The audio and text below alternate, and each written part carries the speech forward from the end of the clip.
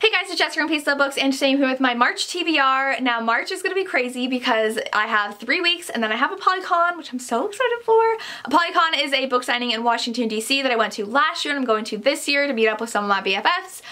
I'm so excited, and we only get to see each other once a year. One of them, Sarah. You guys know my best friend Sarah from Words with Sarah.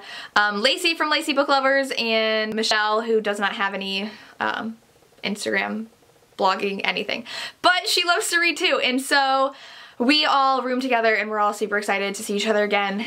And it's gonna be amazing. And I will have spring break then after that. A Polycon always falls on the first weekend of my spring break. So it's gonna be a crazy month, but I have like a massive TBR, a lot of a Polycon prep, and a lot of Dagger Brotherhood prep. So I'm gonna go ahead and get to the books I'm gonna read. If you did not know, I am attempting to finish the Dagger Brotherhood series before April 6th.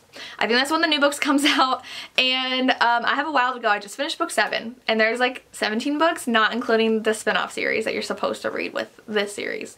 We'll see what I end up doing. I want to read 3 books before spring break. So my goal, my like ideal goal, is to read 4 more before spring break, 2 kind of a week until my spring break, but that's probably not gonna happen. But I'm gonna try to read these 3 before spring break and read like a book a day during spring break of the Dagger Brotherhood series, because I need to finish it before the new one comes out, because I'm going to the event for the release in Cincinnati, because J.R. Ward I think lives the border of Cincinnati and Kentucky. I don't know specifically where she lives, but they're having a release event there, and I heard it's super spoilery, and I would love to join the hype of knowing who the book's about. I've heard of the character, but I don't know anything else about the character, and I don't want to say who it is in case it's spoilery who it is.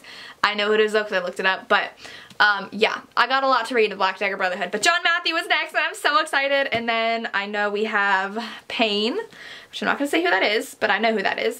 And then we have, I'm pretty sure this is, oh, this is a character I can't say.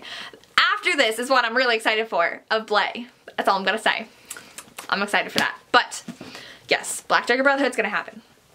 My next 5 are in preparation for a Polycon. I want to read these authors before I meet them. The first one is Goodbye Paradise by Serena Bowen. I of course have read Serena Bowen before, but I bought this because of a Polycon, and this is her MM romance of a guy in a cult, and I'm so excited. I am weirdly fascinated with cults, and like I'm excited to read this, and I've heard really good things. So I loved Him by Serena Bowen and Elle Kennedy, and that's an MM hockey romance, so I'm gonna read this before I see Serena at a Polycon. I do want to say I'm super disappointed. A couple authors canceled a Polycon. So Samantha Young canceled a few months ago, and so did Tilly Cole, which made me really sad. I get they have stuff going on, and like Tilly Cole in her case, I think either her father or father-in-law suffered a stroke or something, and so I totally understand, but as a reader, it's really disappointing when you sign up for an event and really are excited to see an author. This past week, I know Mia Asher canceled, Aurora Rose Reynolds canceled, and Jessica Hawkins canceled, which was really hard for me to deal with because she's someone I was super excited to see, and it's just very disappointing. I get things happen, but it's like it's 3 weeks out, and it's so disappointing when authors cancel from this point on, because we are preparing and we are buying books and we're being let down because you're not showing up. And I get it. I know, I get it. Things happen in life, but it's just disappointing. I can't help but being disappointed. But the next person I'm excited to see that I have not read yet is B.B. Easton. So I have 44 chapters about 4 men, which I've heard is a really fun kind of autobiographical book, kind of, but I've heard it's really good. It's got a really high rating on Goodreads, and B.B. Easton seems like a really fun person, so I'm excited to read this. Next, I've already read 1 book by this author, but I want to read her most popular, and that is Up in the Treehouse by K.K. Allen. I'm excited to see K.K. Allen at the signing. I have pre-ordered Defying Gravity by her, which is a dance contemporary romance, and so I don't really know a lot about this. I think they were like friends or something, and it says, I tell him all my secrets and he became one of them instead. So I'm excited to read this. Then I am going to read The Bandit by B.B. Reed. I would love to read the entire duet together, but I don't know if I'll have time for that. So I'm shooting for at least 1 book, and I've heard this is a dark romance. That's all I know. I don't want to know what it's about. I want to just like go in blind. I thought that was like something on the book, but it's she put 2 dots between her B and B. Yes. Hopefully I can read this. The next book I'm really excited for is Rebecca Yarros, and that is The Last Letter. This is a military romance. I was sent this copy from Entangled Publishing, which made me really excited. So I'm really excited I'm meeting Rebecca Yarros again. I really love Wilder by her, and I have like 4 other books by her that I need to read that I got at a Polycon last year, but I'm gonna read this one definitely before seeing her. So I'm excited. I also need to read Pestilence by Laura Thalassa. I'm meeting her at a Polycon. I read Rhapsodic.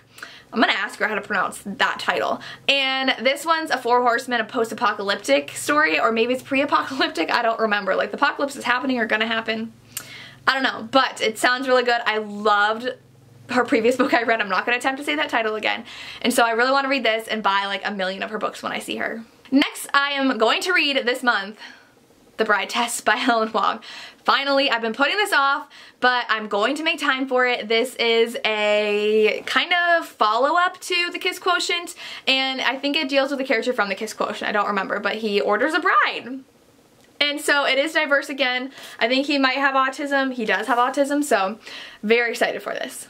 If you guys watched my February wrap-up, you know I utterly failed at Romanceopoly last month. I was stuck on my steampunk book, and so I've decided to skip that and move on and maybe come back to that. And so I still have my Subway Uptown, which is a foodie romance. I'm going to read Nuts by Alice Clayton. And then I have Kick Butt Lane, and I'm going to read Angel's Blood by Nalini Singh.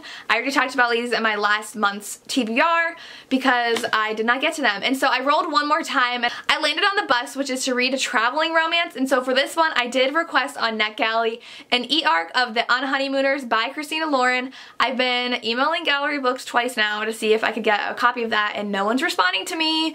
I emailed 2 different people, and it's just really sad. Everybody's getting an arc of this, and I'm just sitting here like nobody's answering my emails. But I did go ahead and request it on NetGalley, so I have an e-arc of it. I was accepted there, and so I'm really excited. I guess it's about this girl who, I think her sister got married, and like they got food poisoning or something, and so she has to go on the honeymoon with someone like that she doesn't get along with, and it's their romance. They gotta act like they're married.